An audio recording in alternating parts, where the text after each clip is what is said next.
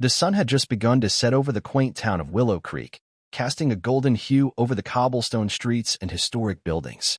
The air was filled with the scent of blooming jasmine, and the distant sound of a jazz band playing in the town square added a melodic backdrop to the evening. Margaret, a 55-year-old retired schoolteacher, strolled leisurely through the town, her thoughts drifting to the upcoming charity gala she had been organizing for months. Her silver hair was neatly pinned up, and her emerald green dress fluttered gently in the evening breeze. As she approached the town's historic theater, she noticed a crowd gathering near the entrance. Curiosity piqued, she made her way closer, weaving through the throng of excited onlookers. "What's going on?" she asked a young woman nearby. "It's Ryan Reynolds," the woman exclaimed, her eyes wide with excitement. "He's here for the premiere of his new film that's set in our town." Margaret's heart skipped a beat. She had always admired Ryan Reynolds, not just for his acting prowess, but for his philanthropic endeavors and down-to-earth persona. She hadn't expected to see him in person, let alone in her hometown. As the crowd buzzed with anticipation, the theater doors opened, and Ryan Reynolds stepped out, his signature smile lighting up his face. He waved to the crowd, taking time to greet fans and sign autographs. Margaret stood at the edge of the crowd, watching him with a mixture of admiration and nostalgia. She remembered watching his films with her late husband, sharing laughter and tears over the years. Suddenly, Ryan's gaze met hers. For a moment, time seemed to stand still. He excused himself from the crowd and walked directly toward her. "Hi there," he said, his voice warm and genuine. "I'm Ryan." Margaret chuckled. "I know who you are." "I'm Margaret." "Margaret," he repeated, as if savoring the name. "Would you like to join me for a walk? I could use a break from the chaos." Surprised but intrigued, Margaret nodded. "I'd be delighted." They strolled through the quiet streets, talking about everything from the charm of Willow Creek to their favorite books and movies. Ryan shared stories from his travels, and Margaret spoke of her years as a teacher and her passion for community service. As the evening deepened, they found themselves at the town's old bridge, overlooking the gently flowing river. The moon cast a silvery glow over the water, creating a serene and romantic ambience. "This has been the most unexpected and delightful evening," Margaret said, her eyes reflecting the moonlight. Ryan smiled. "Sometimes, the best moments in life are the ones we don't see coming." They stood in comfortable silence, the gentle sounds of the night surrounding them. "Margaret," Ryan began, turning to face her, "would you consider joining me at the gala tomorrow night? I'd be honored to have you as my guest." Taken aback, Margaret hesitated for a moment before responding, "I'd love to." As they parted ways that evening, Margaret couldn't help but feel a renewed sense of excitement and anticipation. Life, it seemed, still held surprises in store. The morning air in Willow Creek was crisp, filled with the smell of dew-covered roses and the hum of a town waking slowly.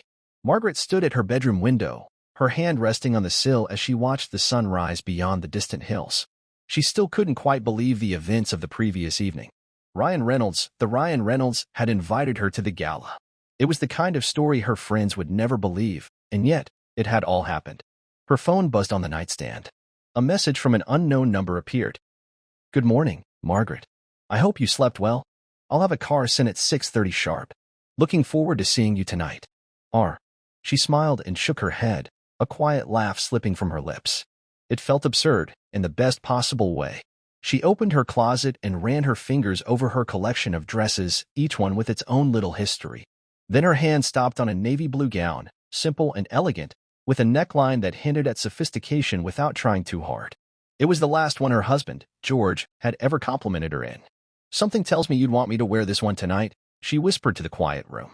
The day passed in a daze, calls from friends, arrangements for the gala, and a visit to the local florist to pick up a small corsage. She didn't know if people still wore them, but it felt like the right touch. The memory of Ryan's voice, warm and easy, echoed in her mind all day. She still had no idea why he had approached her. She was no starlet. She didn't even wear mascara unless it was someone's funeral or wedding. But there was something in his eyes that told her it hadn't been a publicity stunt. At exactly 6:30, a sleek black town car pulled into her driveway. The driver stepped out and greeted her by name. She smiled, clutching her small satin clutch, and stepped into the back seat, her heart fluttering like she was 17 again. The gala was held at the Willow Creek Conservatory, an old Victorian building nestled against the edge of the forest.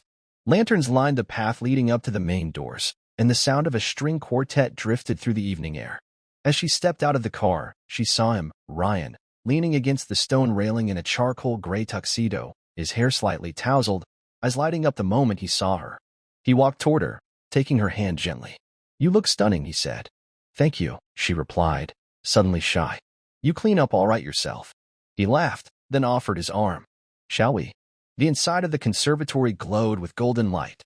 Chandeliers hung from high ceilings, and soft music floated over the elegantly dressed crowd. Margaret couldn't help but notice how many eyes turned their way, some curious, some surprised, some downright scandalized. But Ryan didn't seem to care. He guided her around the room, introducing her to directors, producers, local officials, and old friends like they'd known each other for years. "I don't understand this," she whispered during a quiet moment near the hors d'oeuvres table. "You could have invited anyone. Why me?" Ryan studied her face for a long moment, then finally said, "Because I saw something in your eyes last night. Something real. This world I live in, it's full of flash and mirrors. But you were just standing there, watching, not trying to get anything from me. That kind of peace, it's rare." Margaret didn't know how to respond. She'd been many things in life, a wife, a teacher, a volunteer, but never a mystery to someone like Ryan Reynolds.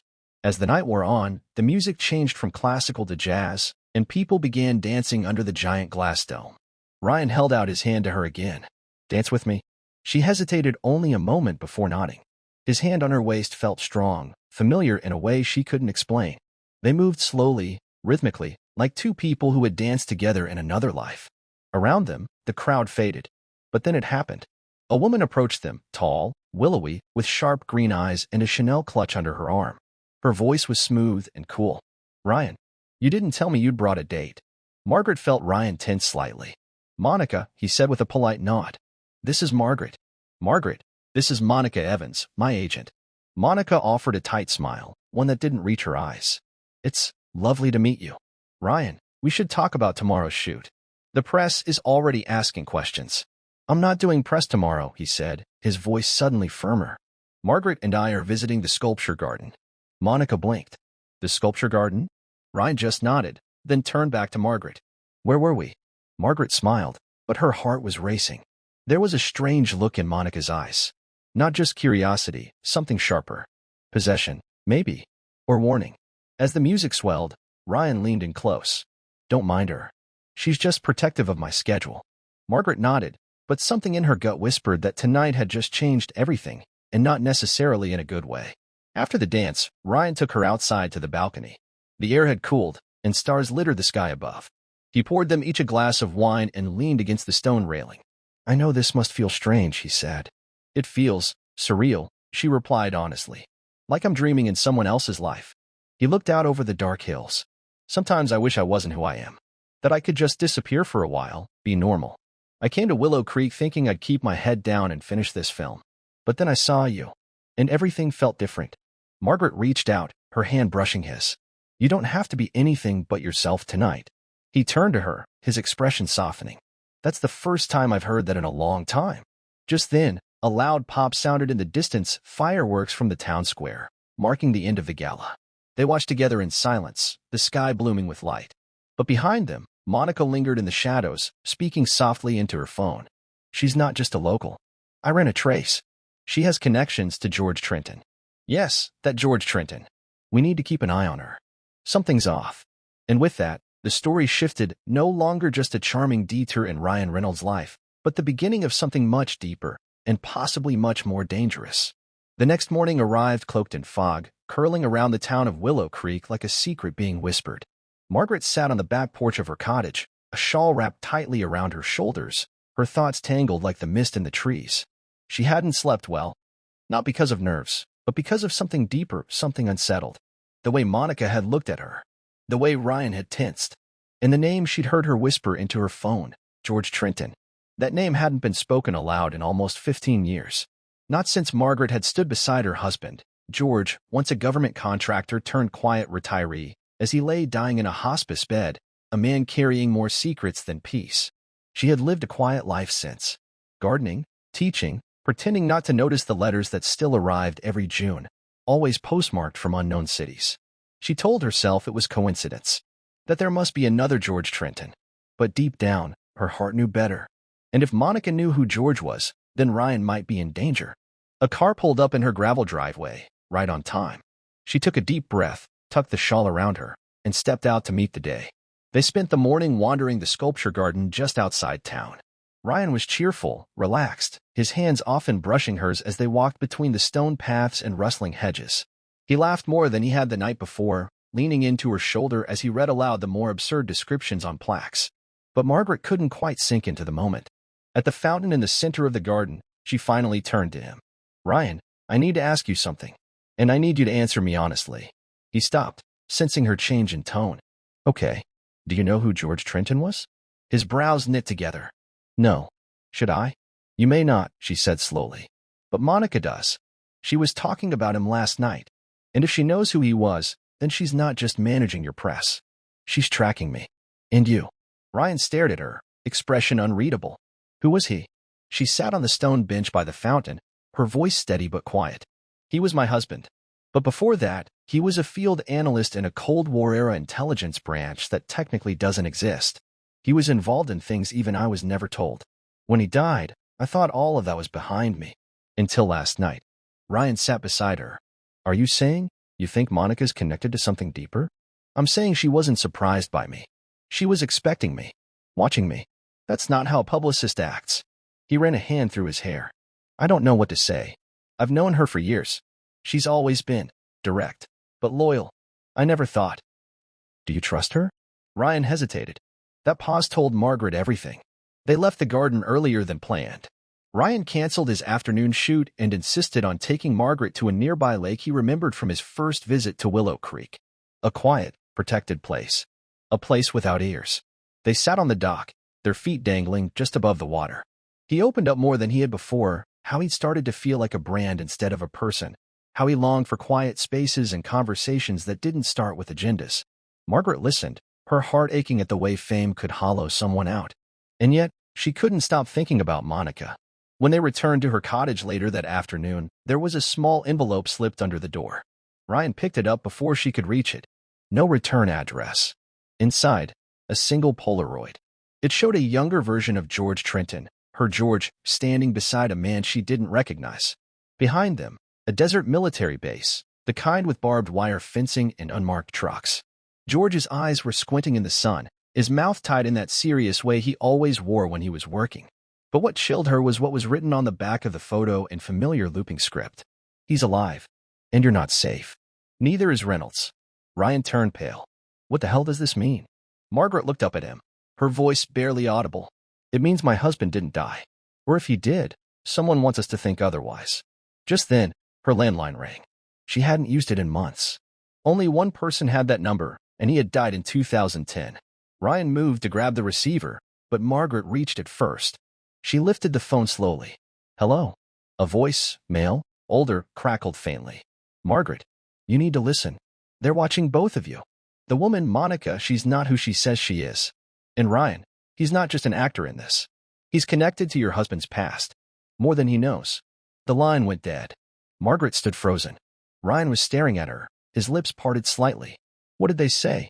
Her mouth felt dry. "That you're not who you think you are." He stepped back like she'd slapped him. "What are you saying?" "I don't know," she whispered. "But I think we're both in the middle of something neither of us fully understands."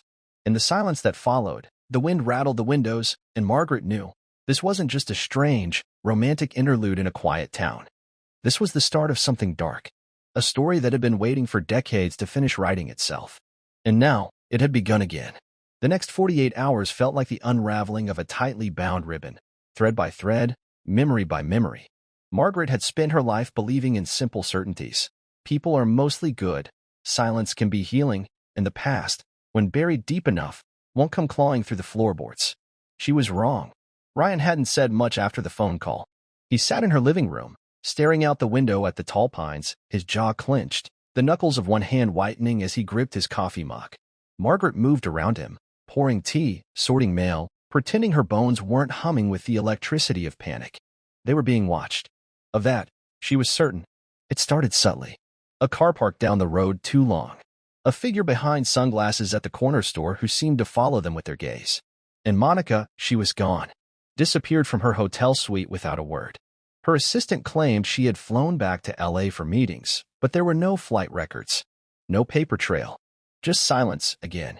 And then the letter arrived. No envelope. Just a single piece of worn stationery folded twice and tucked inside Margaret's old garden boots on the porch. Written in the same slanted hand she remembered from love notes long faded. Emma, he didn't die. I couldn't let you get caught in it. But now, they've found you. You and the Reynolds boy. Protect him. They think he's the key. Gee. She reread it a dozen times, fingers trembling. He calls me the Reynolds boy, Ryan said softly, almost smiling. Sounds like a Western. But there was no humor in his voice. What does he mean, the key? Margaret asked. Ryan stood and began to pace, as if trying to physically outmaneuver the thoughts in his head. There's something I haven't told you. Something I didn't think mattered until now. Margaret folded the letter and looked up, waiting. I was adopted, he began. Late in life. I always knew, but my parents, my real parents, left no trace. No names. No files. Just an old photograph with a man I assumed was my birth father. I don't know his name. Just his eyes. He walked to the bookshelf and pulled out a worn leather wallet. Inside, he slid a faded photo into Margaret's hands. Her heart nearly stopped. The man in the photo wasn't George, but he was standing next to George. It was taken at the same base. The same heat-blurred sky. The same barbed wire. Ryan, as a baby, cradled in his birth mother's arms. Ryan, Margaret whispered, you're not just connected to George's past. I think you're the reason it all began. They drove that night. Not north. Not toward the cities. But inland, toward the old mountains where George once disappeared for 6 months during what he'd told Margaret was training. She had never asked questions back then. Wives of that era didn't. But the location, the names, the fragments were still locked in her mind. They found the cabin by accident. Not because they recognized it, but because it recognized them. A single light turned on the moment Ryan stepped onto the porch. The door was unlocked. Inside, the air smelled of cedar, paper, and time. And George was there. Alive. Thinner. His hair ghost white. But his eyes, those same eyes Margaret had fallen in love with decades ago, were just as sharp. Just as haunted. Margaret didn't speak. Couldn't. George stepped forward, then paused when he saw Ryan. I thought you'd never find me, he said. But I suppose it was only a matter of time. You knew, Ryan said, his voice cracking. George nodded once. Your father. He was my friend. My partner. We took something from the agency. Something we weren't supposed to keep. Ryan stared. What? A child, George said. You. The silence cracked like thunder. You weren't supposed to survive, George continued. They were experimenting, testing a genetic marker for advanced cognitive adaptation. Your father didn't want you to be a lab rat. Neither did I. So we staged your deaths. Split. I went dark. He fled to South America. Margaret leaned against the wall, dizzy. You lied to me. I saved you, George said, looking not at her, but at Ryan. But they've been looking. Always. And now they think you're ready. Ryan turned slowly toward Margaret, his face pale. Ready for what? George answered before she could speak. For the next phase. Whatever's in your blood, they want it back. Before anyone could respond, the sound of tires on gravel cut through the night. Headlights flashed against the trees. They found us, Margaret said, stepping toward the door. George handed her a small key. Behind the fireplace. There's a box. Get it to someone you trust. No one from the agency. No one from my world. Protect it.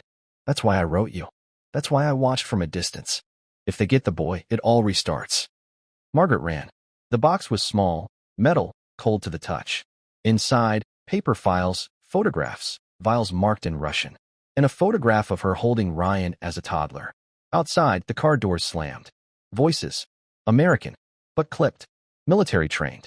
George stepped out onto the porch, hands raised. This ends here, he said. Margaret and Ryan slipped out the back door into the woods. The last thing she heard was a shot. Then silence. Now they run, not away, but towards something. Margaret holds the box. Ryan carries a memory he never made. A bloodline that may not be entirely human. And somewhere behind them, a secret the world forgot to remember is waking up again.